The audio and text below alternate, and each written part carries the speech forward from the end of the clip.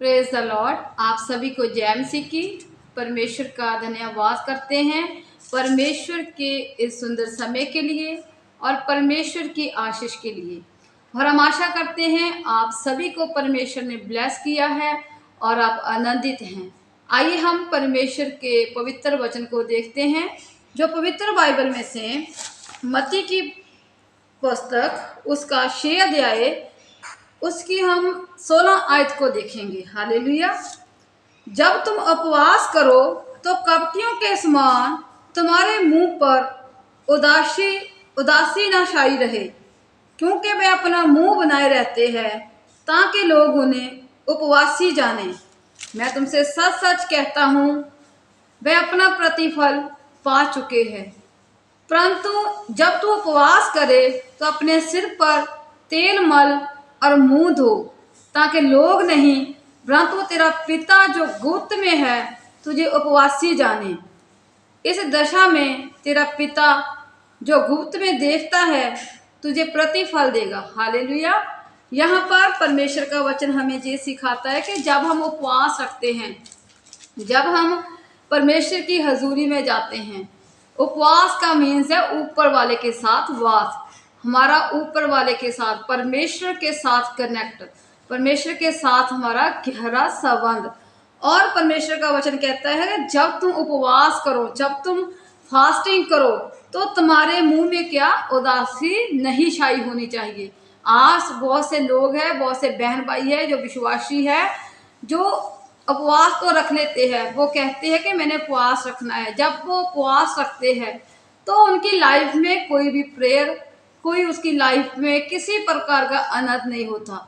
और वे क्या करते हैं, उपवास रखकर उनके मन में क्या होती है, उदासी होती है। वह हर वक्त अपने आप को थका हुआ महसूस करते हैं, क्योंकि वह हर एक को बताते हैं। अगर उनको कोई पूछता है तुम्हें क्या हुआ है, तो मैं ऐसे निर्बल क्यों हूँ, तो वो उनको बताता है कि मैंने क्या रखा है, उपवास रखा है, जिसके कारण मुझे क्या हो रही है, वीकनेस महसूस हो रही है।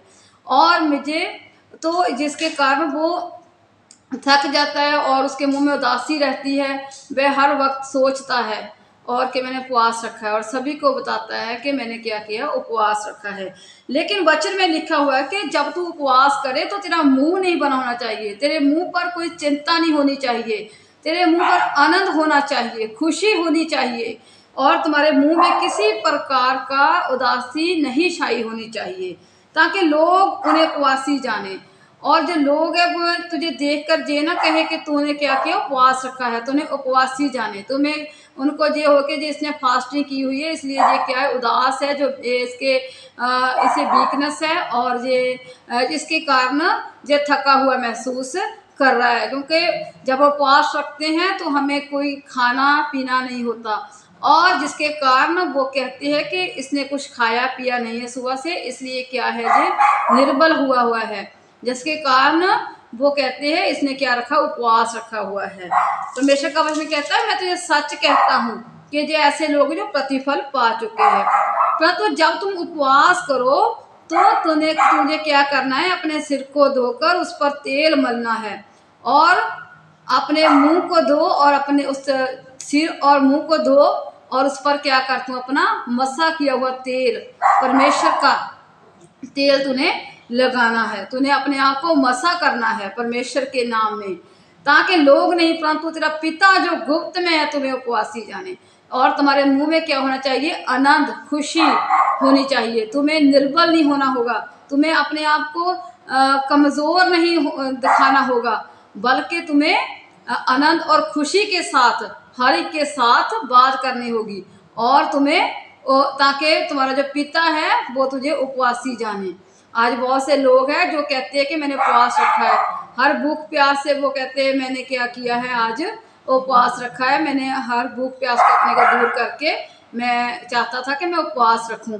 तो वह क्या करते हैं, उपवास तो रख लेते हैं, ना उनकी लाइफ में प्रेयर होती है, ना उसकी लाइफ में बाइबल पढ़ना होता है, ना वे कोई वचन को पढ़ते हैं।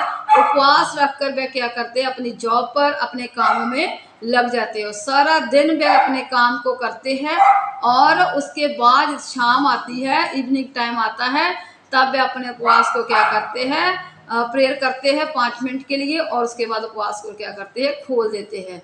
लेकिन मेरे पिता परमेश्वर प्रभु यीशु मसीह ऐसे उपवास को क्या करता है, स्वीकार नहीं करता। परमेश्वर कहता है अगर तू उपवास रखना है तो तुझे क्या करना होगा, गुप्त में जाकर, अपनी कोठरी में जाकर मेरे आगे घुटने टेकने होंगे। परमेश्वर के साथ अपने संबंध को गहरा करना होगा, अपने आप को परमेश्वर के आगे समर्पित करना होगा, सरेंडर करना होगा तुझे, ताकि मैं तुम्हारी प्रार्थना को सुनकर तुझे गुप्त में उसका प्रतिफल दे सकूं।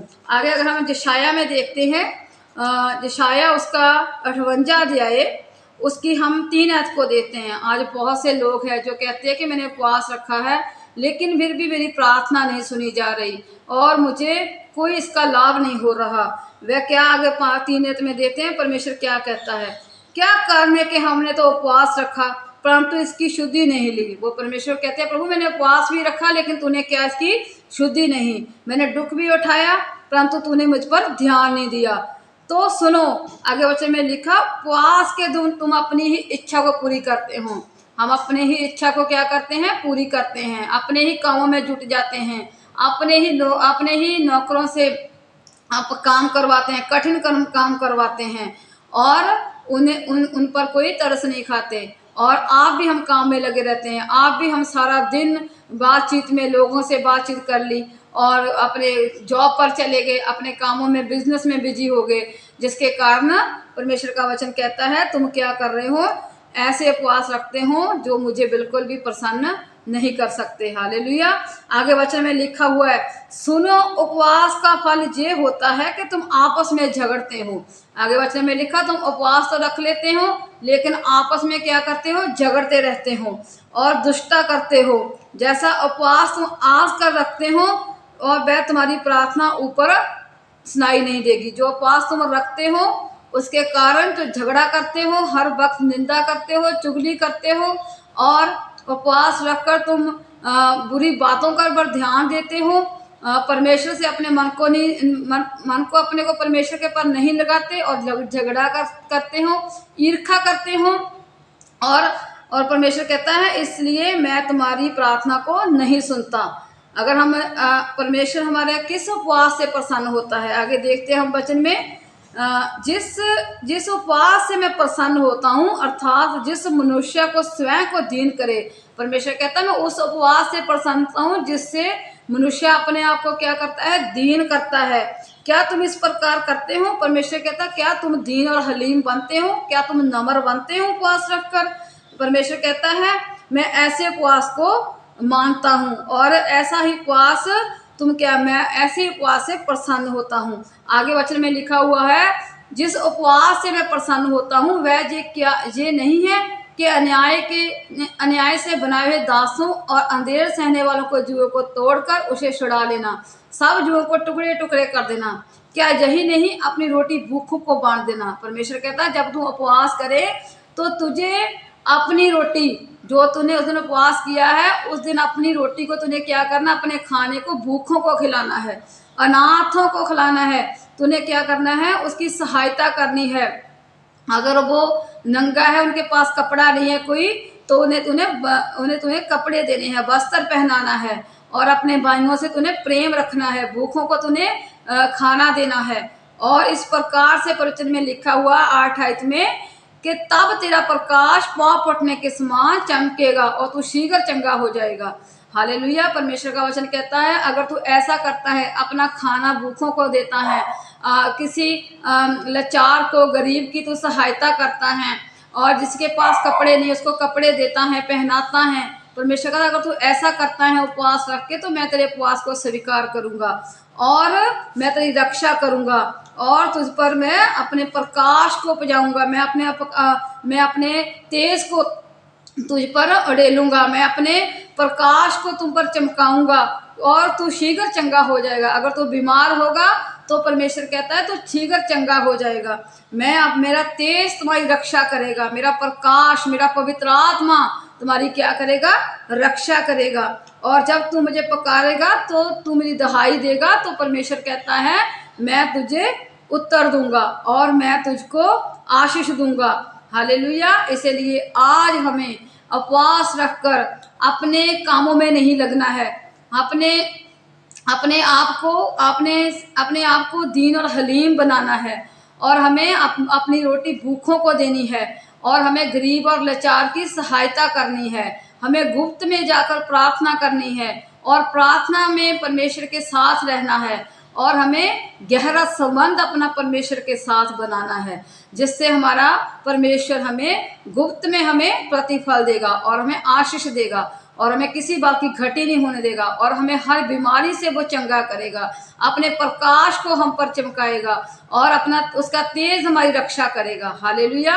आज मैं दीन और हलीम बनकर परमेश्वर की हजूरी में उपवास को रखना है, और कोई कठिन काम ना तो हमें करना है, ना अपने नौकरों से करवाना है, बल्कि उन्हें भी उस दिन हमें छुट्टी देनी है, और उन्हें भी उस दिन हमें परमेश्वर के साथ जुड़ने के लिए प्रेरित करना है। हालेलुया।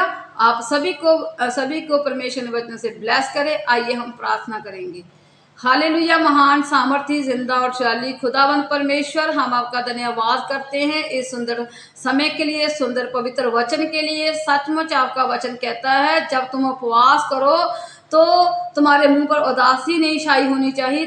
तुम्हें अपने आप को उदासी नहीं अपने आप के मुंह पर होनी चाहिए, बल्कि तुम्हें आनंद तो खुशी होनी चाहिए, और तुम खुशी के साथ आनंद के साथ तुम परमेश्वर के आगे जाओ और उपवास रखो। और जब तुम उपवास रखो तो अपनी रोटी तुम्हें भूखों को देनी है, और जो जिनके पास कपड़ा नहीं है उसको कपड़े देने हैं और पहनाने हैं, और जिसके पास खाने के लिए रोटी नहीं है उनकी सहायता करनी है, और किसी का झगड़ा नहीं करना है। पता परमेश्वर, इस वचन को हम रिसीव करते हैं, और जितने भी जन इस प्रार्थना को, इस वचन को सुन रहे हैं मेरे खुदा, वह इस वचन को ग्रहण करें मेरे खुदा, और जब वे उपवास करें और दीनता से हलीमता के साथ मेरे खुदा, खुशी के साथ आनंद के साथ उपवास करें मेरे खुदा, आपका सामर्थ्य आत्मा मेरे खुदा की लाइफ में कार्य करे मेरे खुदा। कोई अंधकार की ताकत मेरे खुदा ने छूने ना पाए मेरे खुदाबंद परमेश्वर। जब पूरा उपवास आपकी हजूरी में मेरे खुदाबंद परमेश्वर बैठकर मेरे खुदाबंद आपके साथ समा व्यतीत करे मेरे खुदा, आपका सामर्थ्य आज इन लोग की लाइफ में कार्य करे, और मेरे खुदाबंद परमेश्वर आपका तेज इनकी रक्षा करे मेरे खुदा। आपका प्रकाश मेरे खुदाबंद परमेश्वर इन लोगों पर हो मेरे खुदा, क्योंकि आपके वचन में लिखा है, उठ प्रकाश मानो तेरा प्रकाश आ गया। और मेरे खुदाबंद प्रभु जी, सचमुच आपका तेज मेरे खुदाबंद की रक्षा करता चले मेरे खुदा, आपका सामर्थ्य इन लोग के साथ हो मेरे खुदाबंद परमेश्वर। और हम प्रार्थना करते हैं सभी को आशीष और बरकत देना, और उपवास फास्टिंग प्रेयर में इनका प्रभु जी इन्हें आगे बढ़ने की सामर्थ्य देना, और आपका सामर्थ्य हाथ इन लोगों पर हो मेरे खुदा। और मेरे खुदा, आप इन्हें आशीष दे दिए और ब्लेस किया है, हम आपका धन्यवाद करते हैं। प्रार्थना प्रभु यीशु मसीह आपके सामर्थ्य नाम में हम मांग लेते हैं, आमीन। Hallelujah. God bless you all.